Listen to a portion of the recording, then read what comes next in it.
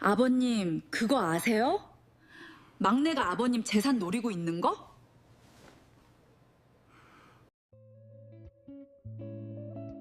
여러분 안녕하세요. 고요하고 다정한 주파수 상담사 고다주입니다. 가족이라는 말은 참 따뜻하죠. 가족이라는 울타리 안에서 벌어지는 상처가 때로는 남보다 훨씬 더 깊고 오래 간다는 걸 아실 거예요. 오늘 사연의 주인공은 44, 15년 차 막내 며느리 이수진 씨입니다. 결혼 전날 밤엔 친정엄마가 했던 말을 그땐 반만 알아들었다고 해요. 하지만 15해가 지난 지금은 온몸으로 안다고 했습니다. 자, 그럼 어떤 15년이었는지 함께 들어보시죠. 저는 올해 44입니다.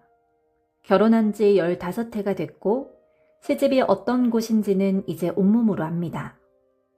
처음엔 저도 그냥 평범한 며느리였어요. 명절에 부지런히 전 부치고 어른들 술잔 채우고 웃으면서 설거지하는 그런 며느리요. 남들이 보기에는 무던하다고 할 만한 사람이었습니다. 싸움을 싫어하고 큰소리 한 번 낸 적 없는 사람. 그게 장점인 줄만 알았는데 나중에는 그게 제 발목을 잡더라고요. 결혼 전날 밤이었습니다. 친정엄마가 부엌에서 저를 잡아 앉히더니 목소리를 낮추고 이렇게 말씀하셨어요. 수진아, 며느리는 2배로 잘해도 절반밖에 인정 못 받아. 시댁에선 눈에 안 띄는 게 제일 착한 거야. 29이었던 저는 그 말을 반쯤만 알아들었습니다. 엄마가 좀 과하게 걱정하시나 보다 싶었어요. 우리 시댁이 그렇게 무서운 곳이겠어? 하는 마음이었죠.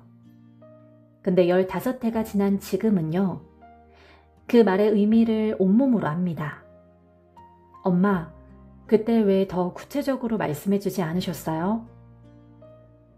남편 현우는 3형제 중 막내입니다. 큰아주버님 최병국, 둘째 아주버님 최병훈, 그리고 막내 현우. 시아버지 최재덕 어른은 올해 75이세요. 30년 넘게 중소기업을 운영하시면서 부동산이며 금융자산이며 차곡차곡 쌓아두셨는데 집안에서는 전부 합치면 70억이 된다는 이야기가 돌았습니다. 저는 그 재산에 관심이 없었습니다. 정말로요. 제가 현우를 만났을 때 시아버지가 얼마나 가진 분인지 알고 결혼한 게 아니었어요. 그냥 이 사람이 좋아서 결혼했고 시부모님을 내 부모처럼 생각하고 살았습니다. 하지만 시아버지가 큰 수술을 앞두고 유언장 이야기를 꺼내시던 그날부터 제 평범한 며느리 생활은 끝났습니다. 이것은 그 이후의 이야기입니다.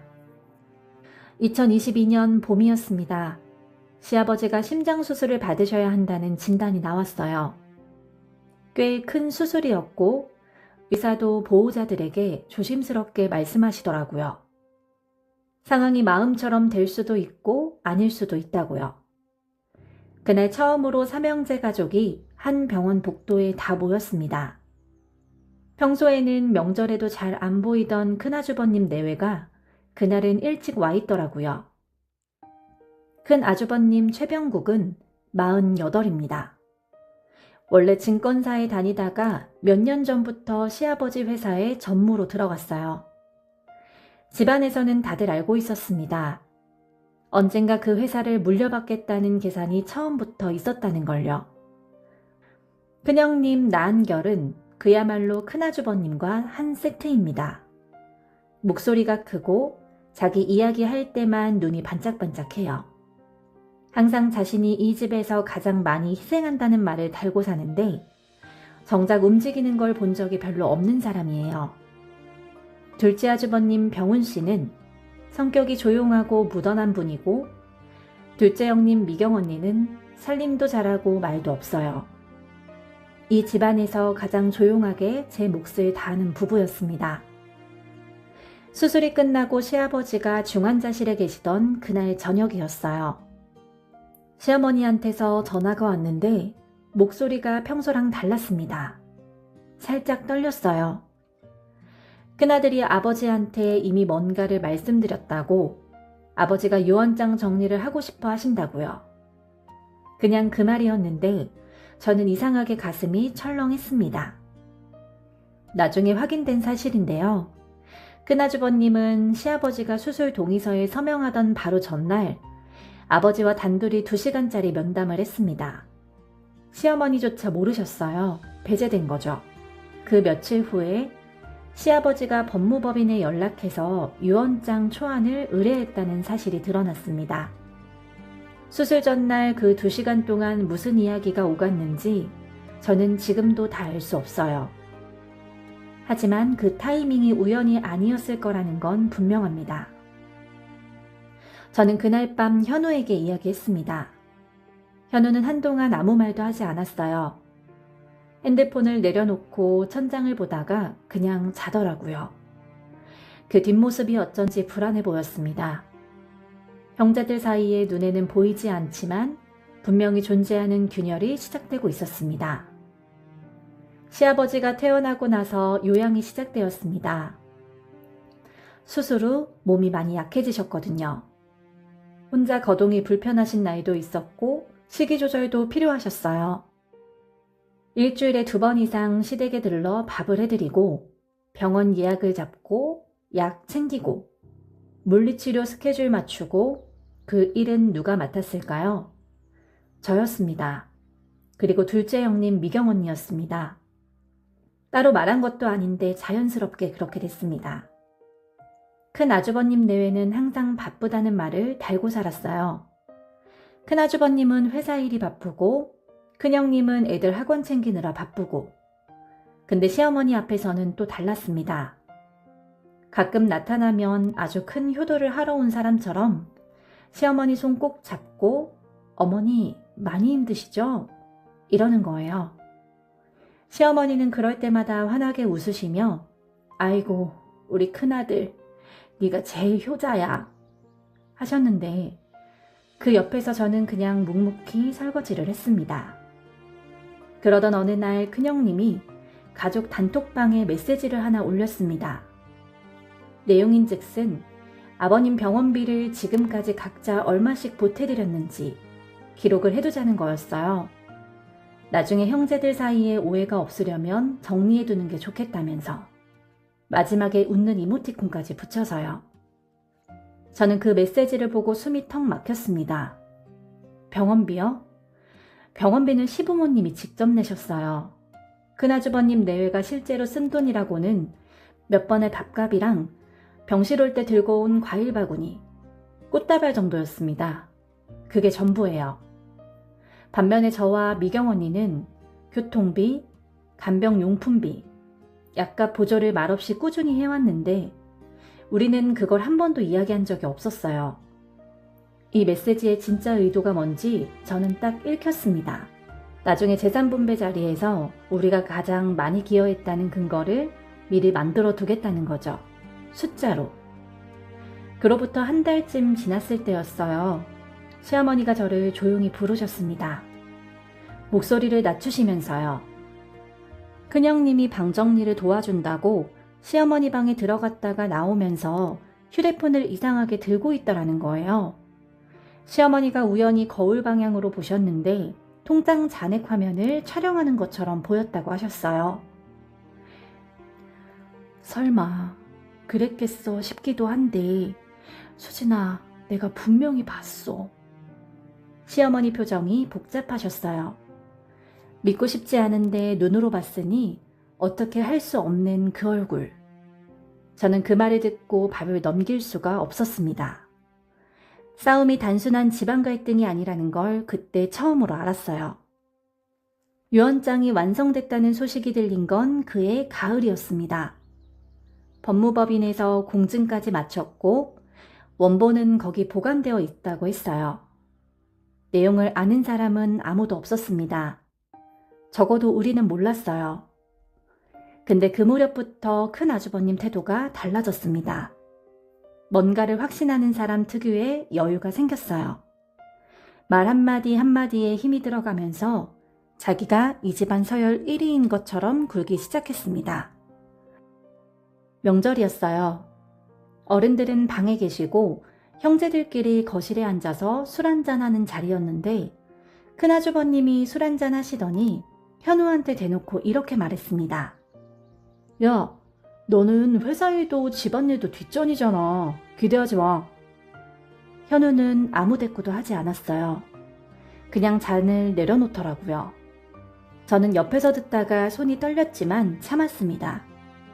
제가 그 자리에서 나섰다간 막내 며느리가 설친다는 소리가 나올 게 뻔했으니까요. 둘째 아주버님 병훈 씨도 그 말을 들었습니다. 그 잔을 천천히 내려놓고 자리를 떴어요. 무슨 말을 해도 소용없다는 걸 알았던 거죠. 얼마 지나지 않아서 둘째 아주버님이 회사 관련 서류를 살펴보다가 이상한 점을 발견했습니다. 시아버지 명의 회사 지분이 2021년부터 큰아주버님 앞으로 조금씩 넘어가고 있던 거예요. 사전 증여 형태로요. 세금을 최소화하는 방식으로 한 번에 티나지 않게 몇 년에 걸쳐서 조금씩. 현우도 둘째 아주버님도 전혀 모르고 있었습니다. 시어머니도 아마 모르셨을 거예요. 그러니까 큰아주버님은 처음부터 판을 다 짜고 있었던 겁니다. 유언장이 어떻게 나오든 상관없이 회사 지분은 이미 자기 걸로 만들어 놓는 작업을 몇 년째 진행 중이었던 거예요. 그 사실을 알게 된 날 밤 현우가 소리 없이 울었습니다. 재산을 못 받아서가 아니었어요. 형이 자신을 속이고 있다는 사실이 슬펐던 거겠죠. 저는 그 등을 오래 쓰다듬었습니다. 2023년 초 시아버지가 이번엔 뇌경색으로 다시 입원하셨습니다. 다행히 목숨에는 지장이 없었지만 퇴원하고 나서 말씀이 조금 어눌해지셨어요. 단어가 잘 나오지 않는 날이 많아졌고 표현이 예전만큼 자유롭지 않으셨습니다. 큰아주버님은 그 변화를 정확히 포착했습니다. 아버지의 의사결정 능력에 의문을 제기하기 시작했어요. 대놓고 치매라는 말은 안 했지만 자꾸 아버지가 판단을 제대로 못하시는 것 같다는 뉘앙스를 흘렸습니다. 그러면서 시어머니께 이렇게 접근했어요. 이제 어머니도 힘드시니까 재산 관리 같은 건 저희가 맡겠다고요. 시어머니는 피곤하셨고 걱정이 많으셨고 큰아들이 알아서 잘 해줄 거라고 믿으셨어요. 그래서 그러라고 하셨습니다. 그게 무엇을 의미하는지 시어머니는 그때 미처 모르셨던 것 같아요. 그리고 제삿날이 왔습니다. 시조부 기일이었는데 어른들은 방에서 쉬고 형제들끼리 거실에 남아 있었어요. 큰아주버님이 그 자리에서 봉투 하나를 꺼내 탁자 위에 올려놓았습니다. 아버지가 재산관리 일체를 자신에게 위임했다면서 도장까지 찍힌 위임장을 꺼낸 거예요. 둘째 아주버님이 그 서류를 받아들고 날짜를 확인했습니다. 그리고 잠깐 멈추더니 이렇게 말했습니다. 형, 이거 법적으로 문제될 수 있어. 아버지 상태 확인하고 다시 얘기하자. 위임장 서명 날짜가 시아버지가 면회조차 제한된 상태로 병원에 입원해 계시던 기간과 딱 겹쳤거든요. 그 기간에 아버지가 직접 서명을 하셨다는 게 어떻게 가능한 건지. 큰형님이 옆에서 바로 끼어들었습니다. 가족끼리 이게 무슨 짓이냐고. 의심도 정도가 있지 않냐고요. 목소리가 높아졌어요. 그날 제사상 앞에서 우리 집안은 돌이킬 수 없는 방향으로 꺾였습니다. 밥상 위에 올라간 음식들이 다 식어가는데 아무도 수저를 들지 않았어요. 제가 이 싸움의 한가운데에 놓인 건 제가 뭔가 대단한 걸 해서가 아닙니다. 그냥 제가 알아버렸기 때문이에요. 병원 입퇴원 기록과 위임장 서명 날짜가 맞지 않는다는 것. 저는 그것들을 조용히 정리해서 현우에게 넘겼고 현우가 둘째 아주버님과 공유했습니다. 그게 어떤 루트를 통해서 새어나갔는지는 모르겠어요. 어쨌든 큰아주버님이 그 사실을 알게 된 순간부터 저를 표적으로 삼기 시작했습니다. 먼저 가족 카톡방에서 시작됐어요. 집안 행사 공지가 올라올 때마다 큰형님이 슬그머니 댓글을 달기 시작했습니다. 막내 며느리가 어른들 일에 너무 끼어드는 거 아니냐고. 서류니 기록이니 하는 건 직계가족이 알아서 할 일이라고요. 저는 직계가족이 아닌가요? 현우의 아내인데. 근데 공격적으로 반박하지는 않았습니다. 그 자리에서 제가 뭔가 말하면 또 며느리가 기어오른다는 소리가 나올 것 같아서요. 그러다가 시어머니가 저를 조용히 부르셨습니다. 큰형님이 시아버지한테 직접 이야기를 했다는 거예요. 막내 며느리가 재산에 욕심이 있는 것 같다고요. 그 말을 듣고 눈물이 났습니다. 시아버지 약 처방받으러 병원에 데려가고 물리치료 스케줄 잡고 저녁마다 식단 체크하던 제가 재산에 눈이 먼 며느리가 되어 있었어요. 나중에 시아버지 핸드폰을 정리하다가 직접 발견했습니다. 큰형님이 시아버지께 보낸 문자였는데요. 제가 치료비 내역을 캐고 다닌다. 어른들 통장을 몰래 확인하려 한다는 내용이었어요. 전부 사실이 아닌 내용이었습니다. 제가 한 적이 없는 일들이었어요. 시아버지의 언어 능력이 떨어지시고 나서 큰형님은 그 틈을 이용해서 저와 시아버지 사이에 불신을 심으려 했던 겁니다. 시아버지가 저한테 물어보실 수도 없는 상황에서요. 저는 그 문자를 본 날 처음으로 현우에게 말했습니다. 나 이제 가만히 있지 않을게. 현우가 저를 보았습니다. 그리고 말없이 고개를 끄덕였어요. 그 고개를 끄덕이는 표정이 제가 이 사람과 결혼하길 잘했다고 느끼게 해준 순간 중 하나였습니다. 둘째 아주버님 병훈 씨는 원래 말이 없는 사람입니다. 조용하고 묻어내요. 근데 한번 결심하면 흔들리지 않아요. 조용하지만 단단한 사람입니다. 위임장건 이후로 그는 혼자 법률 상담을 받기 시작했습니다. 변호사를 만나서 상황을 설명하고 어떤 선택지가 있는지 파악했어요. 그리고 얻은 결론이 유류분 청구였습니다. 유류분이라는 게 쉽게 말하면 이런 거예요. 아무리 유언장으로 재산을 한쪽으로 몰아줘도, 아무리 살아있을 때 사전증여로 빼돌려도 법적으로 다른 상속인이 최소한 받을 수 있는 보장이 된 몫이 있다는 겁니다. 그 비율을 청구할 수 있는 권리가 있어요. 큰아주버님이 몇 년에 걸쳐서 가져간 회사 지분도 그 대상이 될 수 있습니다. 저는 그 말을 듣고 나서 처음으로 이 싸움에서 우리 편이 더 많다는 걸 깨달았어요. 2형제 대 1형제. 그리고 시어머니는 작은 아들들 편이셨습니다. 하지만 큰아주버님도 멈추지 않았어요. 그는 다른 수를 또 뒀습니다. 둘째 아주버님이 등기부등본을 확인하다가 발견했어요. 시댁 아파트가 이미 큰형님 나한결 씨 명의로 이전되어 있었던 거예요. 근데 이상한 건 매매 가격이었습니다. 시세가 10억이 넘는 아파트인데 매매가가 4억도 안 되었어요. 시세의 40% 수준이었습니다. 이게 무슨 뜻이냐면 세금을 줄이려고 실제보다 훨씬 낮은 가격으로 매매한 것처럼 서류를 꾸민 거예요. 부동산 허위 신고는 취득세 탈루로 형사처벌이 될 수 있습니다. 둘째 아주버님이 그 서류를 들고 변호사한테 달려갔습니다. 변호사가 서류를 보더니 짧게 말했습니다. 조세포탈 혐의가 성립될 수 있다고요. 저는 그 말을 전해 들으면서 처음으로 이 싸움이 역전될 수 있겠다는 걸 느꼈습니다. 싸움이 한창인 그 시간에도 저는 시아버지 곁에 있었습니다. 뇌경색 이후 말씀이 불편해지셨으니까 시아버지는 하고 싶은 말씀이 있으셔도 표현을 못 하셨어요. 그게 얼마나 답답하고 외로우셨을까 싶어서 저는 그냥 오래 옆에 앉아 있었습니다.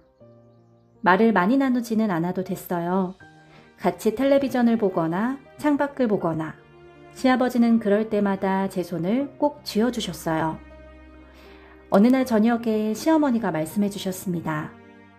큰아주버님이 아버지한테 다른 아들들은 집안일도 안 했으니 적게 줘야 한다고 말했을 때 아버지가 눈물을 흘리셨다는 거예요. 근데 아무 말씀도 못 하셨다고요. 큰아들이 무서우셨던 거라고. 그러던 어느 날 시아버지가 어눌하게 하지만 분명하게 말씀하셨습니다. 수진아, 미안하다. 뭐가 미안한 건지 여쭤봤습니다. 시아버지는 대답을 못 하셨어요. 그냥 제 손을 더 꽉 쥐셨습니다. 저는 알았습니다. 큰아들에게 속아서 나머지 자식들을 지키지 못했다는 미안함, 그리고 며느리한테 억울한 일이 생겼다는 걸 알고 계신다는 것. 그 두 가지가 그 손에 담겨 있었어요. 2023년 가을이었습니다. 시아버지가 둘째 아주버님한테 종이 한 장을 건네셨어요. 오른손이 불편하신 분이 왼손으로 쓴 삐뚤삐뚤한 글씨였습니다. 변호사 불러줘. 스스로 유언장을 다시 쓰고 싶으셨던 겁니다. 말을 잘 못하게 된 이후 처음으로 당신 의지를 직접 표현하신 순간이었어요. 둘째 아주버님이 즉시 움직였습니다. 큰아주버님한테는 알리지 않고 조용히 변호사를 섭외했어요. 저는 그 메모 사진을 지금도 핸드폰에 가지고 있습니다.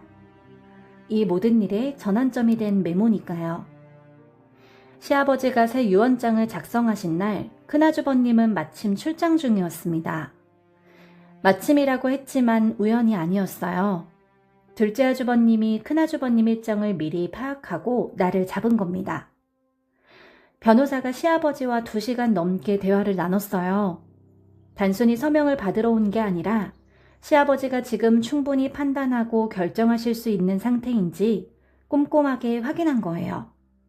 공증인도 동석했고 그 과정이 다 기록으로 남았습니다. 새 유언장의 내용은 단순했습니다. 삼형제 공평하게, 그리고 큰아주버님이 미리 받아간 회사 지분이며 아파트 가액은 그 금액만큼 큰아주버님 몫에서 뺀다. 계산을 해보면 사실상 큰아주버님한테는 남는 몫이 거의 없는 구조였습니다. 이미 받아간 게 너무 많았으니까요.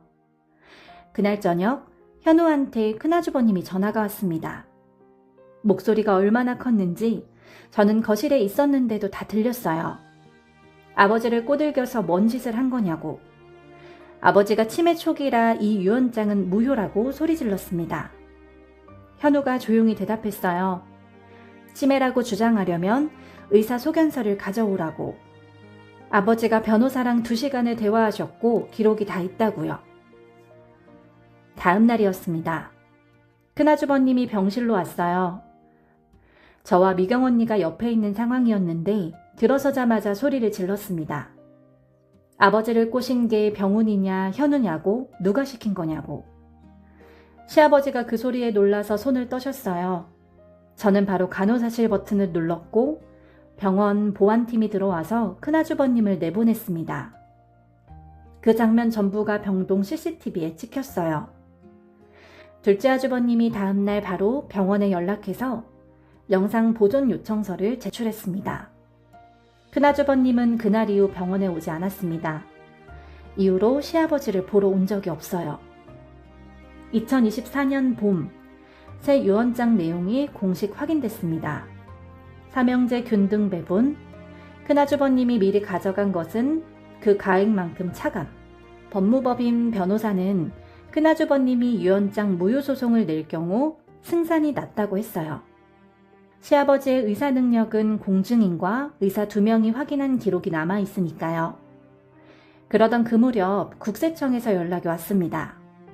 시댁아파트 허위 매매 계약에 대한 조사였어요.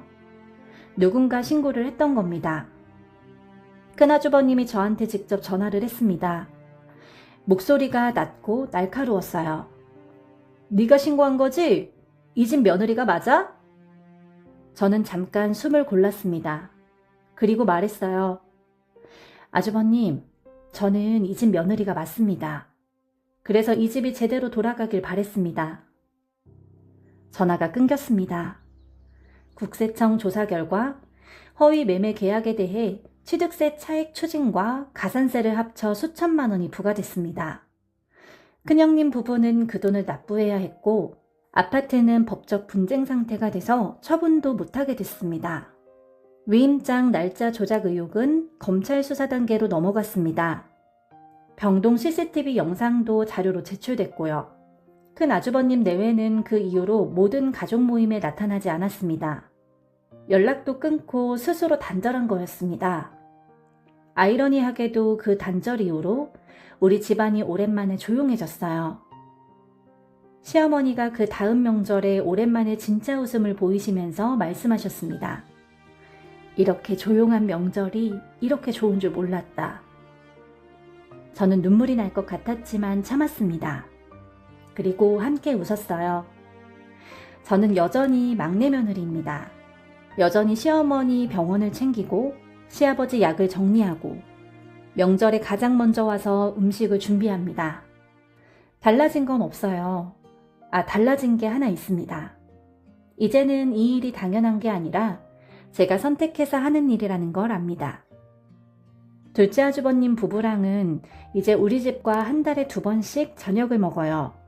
같은 편에서 같은 걸 겪어봤기 때문에 말 안 해도 통하는 게 생겼습니다. 진짜 형제 같아요. 현우는 요즘 시아버지와 주말마다 산책을 나갑니다. 천천히, 나란히.